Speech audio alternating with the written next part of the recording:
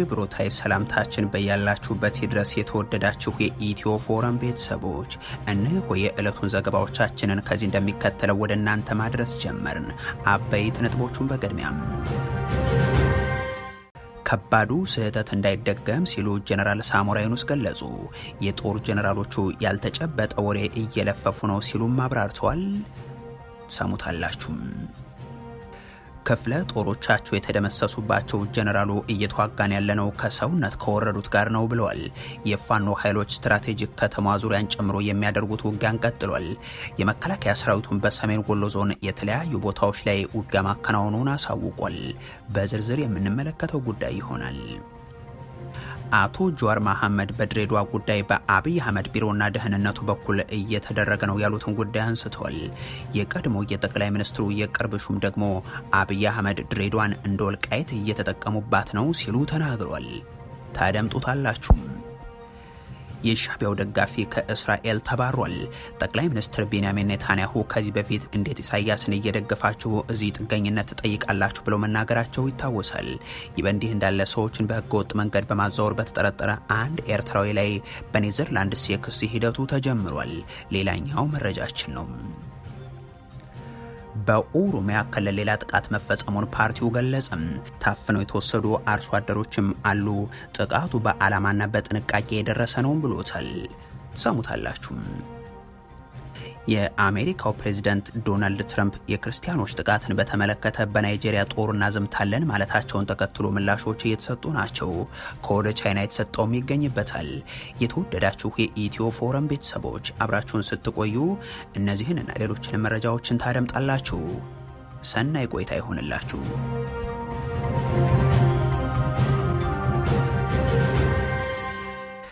ክፍለ ጦሮቻቸው የተደመሰሰባቸው ጀነራሉ እየተዋጋን ያለነው ከሰውነት ከወረዱት ጋር ነው ብለዋል። የፋኖ ኃይሎች ስትራቴጂክ ከተማ ዙሪያን ጨምሮ የሚያደርጉት ውጊያን መቀጠላቸውን ይገልጻሉ።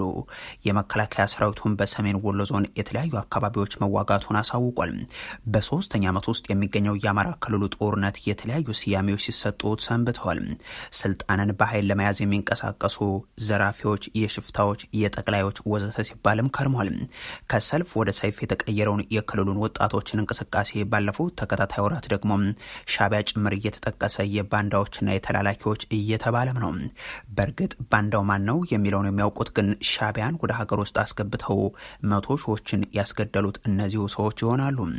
የሆነው ሆኖ ባለፉት 2 ወራት በሰሜን ወሎ ዞን ክፍለ ጦራቸው ጭምር ያስደመሰሱት የሰሜን ምስራቅ አዛዡ ሌተናንት ጀነራል አሰፋ ቸኮል አሁን ከባንዳዎች ጋር ነው እየተዋጋን ያለ ነው ብለዋል። ከባዕዳዎች ጋር ሆነው ወጉን ያሏቸውን እነዚሁን አካላትን ደግሞ ከሰውነት የወረዱ ናቸው የሚል መደብም አስቀምጧል። የ4 ኪሎን መንበር ለማጽናት ባሳደጋቸው ማህበረሰብ ላይ ሜካናይዝድ ኃይል ጭምር አሰማርተው እየገደሉ ወጣቶችን ከሰውነት የወረዱ የሚሉት እኒህ አዛዥ በቅርቡ የገጠማቸውን ተደጋጋሚ ኪሳራ ተከትሎ የአብይ አህመድ የቅርብ ሰው የሚባልላቸው ተስፋ ያያሌው ጭምርም እንደ ምክትል የእዛቸው አዛዥ ሆነው ሳይቀር ወደ አካባቢው ተጉዘው እንደነበር ግን የሚታወስ ነው።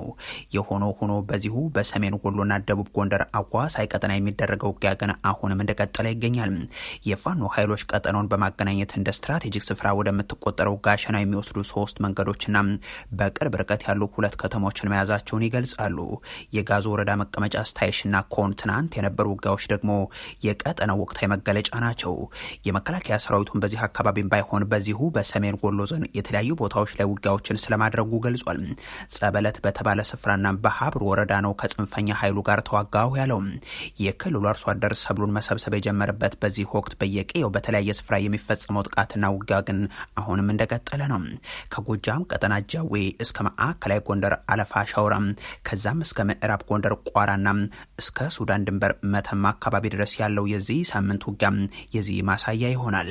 ዛሬም ሌላ ጥቃት ከተመዘገበባቸው አካባቢዎች ውስጥ ከባህር ዳር ቅርብ ርቀት መራዊና ወተት አባይ ላይ በመንግስት የጸጥታ ኃይሎች መገኛ ላይ የተከፈተው ተኩስም ተጠቃሽ ይሆናል። ከባዱ ስህተት እንዳይደገም ሲሉ ጀነራል ሳሞራ ዩኑስ ገለጹ። የጦር ጀነራሎቹ ያልተጨበጠ ወሬ እየለፈፉ ነው ሲሉም አብራርቷል። ለ17 ዓመታት የኢትዮጵያ መከላከያ ሰራዊት ጠቅላይ ኤታማዦር ሹም የነበሩትና ጠቅላይ ሚኒስትር አብይ አህመድ ስልጣን በያዙ በጥቂት ወራት ውስጥ የተሰናበቱት ጀነራል ሳሞራ ዩኑስ በብልጽግና የእርስ በርስ ጦርነቶች ዋዜማ ማብራሪያን ሲያቀርቡ ይታወሳሉ። ከሚሊዮን ገዳዩ የትግራይ ጦርነት አስቀድመው የትግራይን ጦርነት እንደማያሸንፍ ለአብይ አህመድ ነግሬው ነበር ሲሉ ከዚህ በፊት ገልጸውም ያውቃሉ። አሁን አገዛዙ እያደረጋቸው ካሉ የሀገር ውስጥ ጦርነቶች ባሻገር ሌላ ጦርነት ድስትን ለመጣድ እየተጣደፈ እንደሆነ በሚገለጽበት በዚህ ወቅትም ጀነራል ሳሞራ ዩኑስ ጦርነት የሚያወግዝ አስተያየት ይዘው መጥተዋል። ከብልጽግናው ልሳን አዲስ ዘመን ጋር በነበራቸው ቆይታም ይህንን የጦርነት ጉሰማ በአመዛኙ ተጠያቂ እያደረጉ በተዘዋዋሪ ያነሱት ግን ከወደ ትግራይ በኩል ነው። ለማሳያነትም በክልሉ ጦርነት ይፈጠራል እያሉ ያልተጨበጠ ወሬ የሚለፍፉ የጦር ጀነራሎችን እየሰማሁ ነው ሲሉ ገለጹበት ይገኝበታል። በእርግጥ ትናንት እንኳን እነዚህ ካዲዎች ካልተነቀሉ አናርፍም የሚል የጦርነት ዛቻ የተላለፈው ከመቀለ ሳይሆን ከቢሾፍቱ ቢሆንም የቀድሞ ኤታማዦር ሹም ግን የሰሙት አይመስልም። ካዲ ነው። ሰሜን እዝ ላይ ደገመውም እሱ ነው። አሁንም በየቀኑ ይክዳል።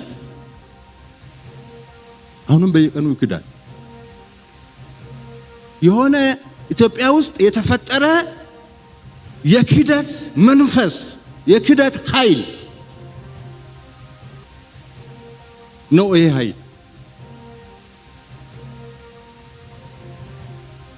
ኃይል እስካልተነቀለ ድረስ ኢትዮጵያ ሰላም አታገኝም። እንዲህ የወቅቱ ኤታማዦር ሹም የሚፎክሩለትን የጦርነት ፍላጎት ጀነራል ሳሞራ ደግሞ ያ ከባድ ስህተት እንዳይደገም ሲሉ አብራርቷል። ከዚህ ቀደም የተፈጸመው ከባድ ስህተት የትግራይ ህዝብን ዋጋ አስከፍሏል። አሁን የትግራይ ህዝብ ጦርነት በቃይ ብሏል። በሆነ አጋጣሚ የጦርነት አዝማሚያ ቢፈጠር እንኳን ህዝቡ ይህንን የመደገፍ ሀሳብ የለውም ሲሉ በማከል ከዚህ ቀደም ችግሮችን በውይይት መፍታት ባለመቻሉ የተቀሰቀሰው ጦርነት የትግራይን ህዝብ ከባድ ዋጋ ደርሶበታል። ህዝቡ እስካሁን ድረስ የጦርነቱን ጦስ ጫንቃው ተሸክሟል።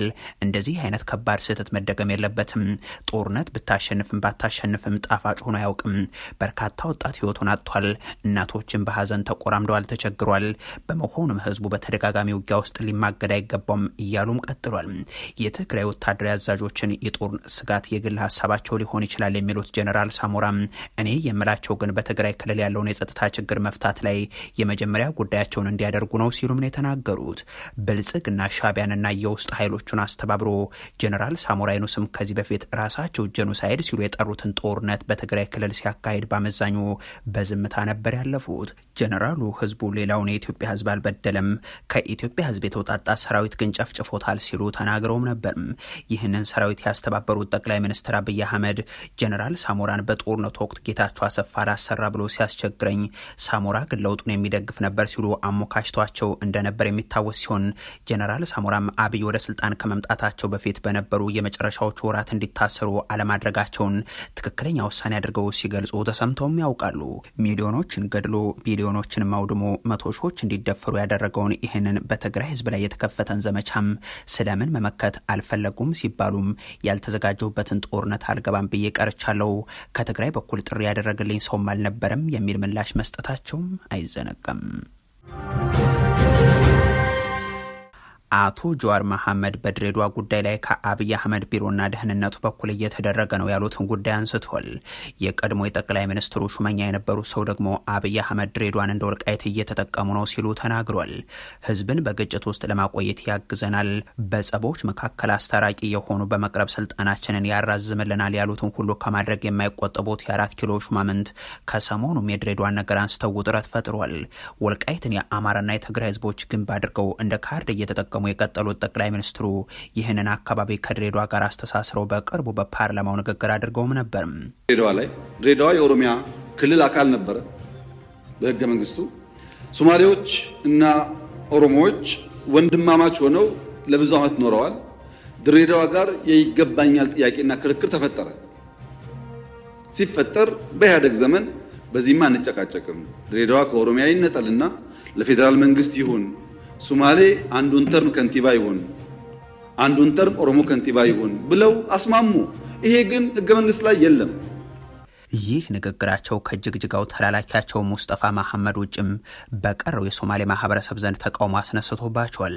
በእርግጥ እርሳቸው ጉዳዩ በኦሮሞና ሶማሌ ወንድማማች ህዝቦች መካከል ውጥረት እንዲነግስ ነበርና አላማቸው ያንኑ በከፊል ያሳኩ ይመስላሉ። ከሰሞኑ የወጡ ተከታታይ የተቃውሞ መግለጫዎችም የዚህ አብነት ናቸው። በዚህ ጉዳይ ላይ መልእክታቸውን ያሰፈሩት ፖለቲከኛው ጀዋር መሐመድ እንዲህ ያለ ህዝቦችን ወደ ግጭት የመግፋት ሴራ በደህንነት መስሪያ ቤቱ ሰዎች የሚከናወን ጭምር ስለመሆኑ ያብራራሉ። የድሬዳዋ በተናጥል የኦሮሞም ይሁን የሶማሌ ህዝቦች ችግር በጥቅሉ የሚመነጨው ግን ከአብይ አህመድ ቢሮ ስለመሆኑም ያስቀምጣሉ። ለዚህ የአብይ አህመድ ግጭትና ለመግባባትን የመፍጠር ወጥመድ ውስጥም ሁለቱ ህዝቦች መግባት የለባቸውም በማለትም መክሯል። የቀድሞ የኦሮሚያ ብልጽግና ማዕከላዊ ኮሚቴ አባልና የክልሉ የመሬት አስተዳደር ኃላፊ የነበሩት ሚልኬሳ ሚደጋ ደግሞ ወልቃይትና ድሬዳዋን አያይዘው ነው የሚገልጿቸው። ለአብይ አህመድ ወልቃይት አንድ ከሆኑ አደጋ ይሆኑብኛል ለሚሏቸው የትግራይና የአማራ ህዝብ ለያይቶ የማቆያ ካርድ ናት የሚሉ ሲሆን ድሬዳዋንም በዚሁ መልኩ መጠቀም ነው የጀመረው ሲሉም አንስተዋል። ወልቃይት የአብይ ሎተሪ ሁለቱ ብሔሮች እንዲጋጩ እንዲፋጁ ዛለ ፍራቻው ምንድነው? ከተነጋገሩት ያው ወደ ስልጣን ወደ እንደዛ ነገር ስለሚመጣ ድሬዳዋን አነሳ። አብይ የሄደበት አካሄድ ሁሉንም ብሔረሰቦች ከኦሮሞ ጋር የማጋጨት ስራ ወጥሮ ይዞታል። ለማጋጨት ይሞክራል። ነገር ግን ራሱ ነው የሚጋጨው። አብይ ራሱ የራሱን ሰዎችን አስታጥቆ የራሱን እንትን አድርጎ ሁሉም ብሔረሰቦችን ያጋጨ ነው። ኦሮሞ ከሁሉም ብሔረሰቦች ጋር ይኖራል። አብይ ሲሄድም ከአብይ በፊትም ኦሮሞ ከሁሉም ብሔረሰቦች ጋር ሲኖር ነበር። ለወደፊትም አብሮ መኖር ይቀጥላል። አብይ የኦሮሞ ችግር ነው እንጂ ራሱ አብይ የኦሮሞ ችግር ነው እንጂ የኦሮሞን ችግር የኢትዮጵያን ችግር ለመፍታት የመጣ ሰው አይደለም። ከቀናት በፊት የጠቅላይ ሚኒስትሩ አማካሪ አቶ ጌታቸው ረዳ በነበራቸው አንድ ቃለ ምልልስ ወቅትም አብይ ከዚህ በፊትም ወልቃይትና ድሬዳዋን አብረው አቅርበው እንደነበር መናገራቸው ይታወሳል። እኔ የጊዜ አስተዳደሩ ፕሬዝዳንት በነበርኩበት ወቅት የነበረው አሬንጅመንት ፌዴራሉ እኔ ነኝ ወልቃይትን የማስተዳድረው የሚል ነበር። ልክ እንደ ድሬዳዋም ራሱን ችሎ ክልል መሆን የሚለው ጉዳይ ነበር የቀረበው። አሁን ያለው አስተዳደርም እንዲፈርስ ሌላ አስተዳደርም ከትግራይ እንዳይመጣ ነበር የተስማማ ነው። ሆኖም ራሱን ይቻል በሚለው ላይ ግን የፌደራል መንግስቱ እንዲያስተዳድር የሚያስችል መሰረተ ልማት ስለሌለው ቦታውም የትግራይ ጊዜ አስተዳደር ስር እንዲሆን ነበር የተግባባ ነው በማለት መናገራቸው ይታወሳል። የሻቢያው ደጋፊ ከእስራኤል ተባሯል። ጠቅላይ ሚኒስትር ቤንያሚን ኔታንያሁ ከዚህ በፊት እንዴት ኢሳያስን እየደገፋችሁ እዚህ ጥገኝነት ትጠይቃላችሁ ብለው መናገራቸው ይታወሳል። ይህ በእንዲህ እንዳለ ሰዎችን በህገወጥ መንገድ በመዘዋወር በተጠረጠረ አንድ ኤርትራዊ ላይ በኔዘርላንድ የክስ ሂደቱ ተጀምሯል። የእስራኤል ባለስልጣናት የኤርትራ አገዛዝ ደጋፊ እንደሆነ የተለየን አንድ ኤርትራዊ ዜጋ ከሀገሪቱ ማባረራቸው ሰምቷል። የሀገሪቱ የመገናኛ ብዙሃን እርምጃው በሀገሪቱ የኢሚግሬሽን አፈጻጸም ፖሊሲ በአይነቱ የመጀመሪያው እንደሆነ ዘግቧል። ኤርትራዊው ግለሰብ እንደ አውሮፓውያን የዘመን ቀመር በ2011 በህገወጥ መንገድ ወደ እስራኤል ገብቶ በሀገሪቱ ይኖር ነበር። ፖሊስ በግለሰቡ እጅ ላይ ትልቅ ስዕለት ነገር በማግኘቱና ቤተሰቦችን በማስፈራራት ወንጀል ጠርጥሮት ባለፈው ሚያዝያ ወር በቁጥጥር ስር አውሎትም ነበር። በስር ላይ ያለ ባለስልጣናት የኤርትራ መንግስት ደጋፊ መሆኑን መወሰን ችሏል። በዚህም ጉዳዩ ለእስራኤል የሀገር ውስጥ ሚኒስቴር ቀርቦም ሚኒስቴሩን በእስራኤል የኢሚግሬሽን ህግ መሰረት ከሀገር እንዲወጣ ፈቃድ ሰጥቷል። በትናንትናው ዕለትም የህዝብና ኢሚግሬሽን ባለስልጣን ከውጭ ዜጎች አስተዳደር ጋር በመተባበር የግለሰቡን የማባረር ሂደት አከናውኗል። ይህ እርምጃ በግልጽ የአገዛዝ ደጋፊ እንደሆነ የተለየ ኤርትራዊ ዜጋን እስራኤል ከሀገር ስታስወጣ ለመጀመሪያ ጊዜ መሆኑም ነው። ግለሰቡ ከእስራኤል ወደ አዲስ አበባና ካምፓላ ከበረረ በኋላ ወደ ኤርትራ ዋና ከተማ አስመራ መድረሱም ተዘግቧል። በተለያዩ የዓለም ሀገራት ኤርትራውያን የፕሬዝደንት ኢሳያስ አፈወርቂ ደጋፊዎችና ተቃዋሚዎች መካከል ተደጋጋሚ ብጥብጦች ተፈጥሯል። ከነዚህ ሀገራት ውስጥ እስራኤል ተጠቃሽ ናት። የእስራኤሉ ፕሬዝደንት ቤንያሚን ኔታንያሁ ከወራት በፊት የፕሬዝደንት ኢሳያስ አፈወርቂ ደጋፊዎችን እንዴት ጥገኝነት እየጠየቁ የመጡበት መንግስት ይደግፋሉ ሲሉ ተናግረው ነበር። በእውነቱ እንዲህ ያለውን ነገር ልረዳው ስሞክር ቸገራለሁ። ጥገኝነት እየጠየቁ ለስደት ምክንያት የሆነን መንግስት መደገፍ ግራ አጋቢ ነው። ያንን አገዛዛቸውን ይህንን ያክል የሚወዱት ከሆነ ወደ ሀገራቸው መመለስ ነው ያለባቸው። they certainly cannot claim refugee status. ይህ በእንዲህ እንዳለ ሰዎችን በህገወጥ መንገድ በማዘዋወር በተጠረጠረው አንድ ኤርትራዊ ላይ በኔዘርላንድ ክስ ሂደቱ ተጀምሯል። ተወልደ ጎይቶም አማኑኤል ዋሊድ በመባል የሚታወቀው ተከሳሹ የምስራቅ አፍሪካ ስደተኞችን በአሰቃቂ መንገድ ወደ አውሮፓ ለማሻገር ሊቢያ ከሚገኙ የስደተኞች ካምፖች ነፃ እንዲወጡ ዘመዶቻቸው ብዙ ገንዘብ እንዲሰጡት የሚጠይቅ ዘመቻ ያካሂድ ነበር ሲሉም አቃቢያን ህግ ትናንት በኔዘርላንድስ ውስጥ በተጀመረው የፍርድ ሂደት ላይ ተናግሯል። ይሁንና ተከሳሹ ተወልደ ጎይቶም ለፍርድ ቤቱ ሰጠው ቃል ላይ ማንነት የተሳስቶ ነው የክሱ ሰለባ የሆንኩት ሲል ተናግሯል። ተከሳሹ በአውሮፓውያኑ 2022 በተመሳሳይ ወንጀል ተፈርዶበት ከኢትዮጵያ ወደ ኔዘርላንድስ ተላልፎ ተሰጥቷል። ትናንት የተጀመረው የክስ ሂደትን በኔዘርላንድስ ፍርድ ቤት ከቀረቡ ትልልቆቹ ህገወጥ የሰዎች ማሻገር ጉዳዮች አንዱ ነው ሲሉም የኔዘርላንድ ባለስልጣናት ገልጿል። የክስ ሂደቱም ለ3 ሳምንታት እንደሚቀጥል ነው የተገለጸው። የክስ ሂደቱ ሳይጀመር የዘገየበት ምክንያት በዓለም እጅግ ተፈላጊ የነበረም ኢትዮጵያ ውስጥ ክሱ በመታየት ላይ ሳለ ማምለጡ የተነገረው ኪዳኔ ዘካሪያስ ሀብተ ማርያም የተባለውን ሰው አሳልፎ የመስጠቱ ሂደት ጊዜ በመውሰዱ ነው። ኪዳኔ ዘካሪያስ አሁን በተባበሩት አረብ ኤሚሬቶች የሚገኝ ሲሆን ለኔዘርላንድስ ተላልፎ እንደሚሰጥም ተዘግቧል። አቃቢያን ህጉ ሁለቱ ጉዳዮች ተጣምረው እንዲታዩ ይፈልጋሉ። የተከሳሹ መከላከያ ደግሞ ኪዳኔ ዘካሪያስ ተወልደ ጎይቶም ከክሱ ነጻ እንዲሆን የሚያሳይ መረጃ ሊሰጥ ይችላል ብለው ተስፋ ያደርጋሉ። የኔዘርላንድ አቃቢያን ህግ እንደሚሉት ግለሰቡ ኔዘርላንድ ውስጥ እንዲዳኝ የሚፈልጉት ከተጠረጠረባቸው የወንጀል ድርጊቶች አንዳንዶቹ በሆላንድ በመፈጸማቸው ነው። እነርሱ እንዳሉት ከሆነ ከምስራቅ አፍሪካ በሊቢያ በኩልና በሜዲትራኒያን ባህር አቋርጠው ወደ አውሮፓ የሚወስደውን አደገኛ ጉዞ ለማድረግ የፈለጉ ስደተኞች ዘመዶቻቸው በህገወጥ የሰዎች አዘዋዋሪዎች ተዘርፏል። ተከላካይ ጠበቆች ግን ገንዘቡ የተከፈለው በኤርትራ ወይም በተባበሩት አረብ ኤሚሬቶች እንጂ በኔዘርላንድስ አይደለም ሲሉ ተከራክሯል። በኦሮሚያ ክልል ሌላ ጥቃት መፈጸሙን ፓርቲው ገለጸ። ታፈነው የተወሰዱ አርሶ አደሮችም አሉ ሲል አሳውቋል። ይህን ያለው እናት ፓርቲ ነው። ፓርቲው በኦሮሚያ ክልል ምስራቅ አርሲ ዞን መርቲ ወረዳም በሲቪል ገበሬዎች ላይ አዲስ ጥቃት ተፈጽሞ 5 ሰዎች መገደላቸውና ቀሪዎች ደግሞ ታፍነው መወሰዳቸውን ይገልጻል። ዛሬ ባወጣው መግለጫ ጥቃቱ የተፈጸመው ጥቅምት 24 ቀን ጋዶ በሚባል አካባቢ ነው ብሏል። በመግለጫው መሰረት ለደቦ የእርሻ ስራ የወጡ ንጹሃን በሙሉ ታፍነው 5 ወዲያውኑ ሲገደሉ የቀሪዎቹ ደግሞ የደረሱበት ሳይታወቅ እንደቀረም ይገልጻል። ፓርቲው ጥቃቱ በዓላማና በጥንቃቄ የተከናወነ ብሎታል። ክስተቱ በቅርቡ ከ25 በላይ የኦርቶዶክስ እምነት ተከታዮች ተገደሉ በተባለበት ጉናና መርቲ ወረዳዎች መከሰቱንም በመግለጫው ላይ አክሏል። እንዲህ ያለውና የቀጠሉ ድርጊቶችም የተወገዙ ናቸው ሲል ነው ያሳወቀው። ከሰሞኑ በናይጄሪያ በክርስቲያኖች ላይ ጥቃት ተፈጽሟል በሚል ፕሬዝዳንት ዶናልድ ትራምፕ ያስተላለፉትን ዛቻ ተከትሎ ምላሾች እየተሰጡ ናቸው። ቻይና በጉዳዩ ላይ ምላሽ ከሰጡት ውስጥ ትገኝበታለች። የአሜሪካው ፕሬዝዳንት ዶናልድ ትራምፕ ባሳለፍነው ቅዳሜም ናይጄሪያ በክርስቲያን ዜጎች ላይ የሚፈጸም ስቃይን ችላ ብላለች በማለት ወታደራዊ እርምጃን እንደሚወስዱ መዛታቸው አይዘነጋም። ዶናልድ ትራምፕ በማህበራዊ ትስስር ገጻቸው ላይ ባሰፈሩት መልእክታቸው ክርስቲያኖች በናይጄሪያ የመኖር ህልውናቸው አደጋ ላይ ወድቋል ብለው ነበር። አሜሪካ እንዲህ አይነት ግፍ ሲፈጸም ዝም ብላ አትመለከትም ሲሉ የገለጹት ዶናልድ ትራምፕ የመከላከያ ሚኒስቴር ለወታደራዊ እርምጃ እንዲዘጋጅ ማዘዛቸውን መናገራቸውም ይታወቃል። የናይጄሪያ መንግስት በበኩሉ በፕሬዝዳንት ቲኒቡ በኩል በሰጠው ምላሽ የሃይማኖት አለመቻቻልን በመቃወም ሀገራቸው የእምነት ነጻነትን ለማስጠበቅ የምታደርገውን ጥረት ከዘረዘረ በኋላ የፕሬዝዳንት ዶናልድ ትራምፕን ውንጀላ ግን በተደጋጋሚ ማስተባበሉ ይታወሳል። ይህንን ተከትሎ ቻይና ፕሬዝዳንት አህመድ ቲኒቡን በመደገፍ በናይጄሪያ የውስጥ ጉዳይ የሚደረግን የውጭ ጣልቃ ገብነትን አልቀበለውም ስትል አሳውቃለች። ቤጂንግ ናይጄሪያን ለእድገት የምታደርገውን ጥረት ትደግፋለች። በናይጄሪያ በሰብአዊ መብትና በሃይማኖት ስም የሚደረግ የውጭ ጣልቃ ገብነትን ግን አጥብቃ ታወግዛለች በማለትም ለፕሬዝዳንት ዶናልድ ትራምፕ ዛቻና ማስፈራሪያ ምላሽ ሰጥታለች። የተወደዳችሁ የኢትዮ ፎረም ቤተሰቦች ለዛሬ ያሉን መረጃዎች ይህንን ይመስሉ ነበር። አበቃን። ቸር ያሰማን።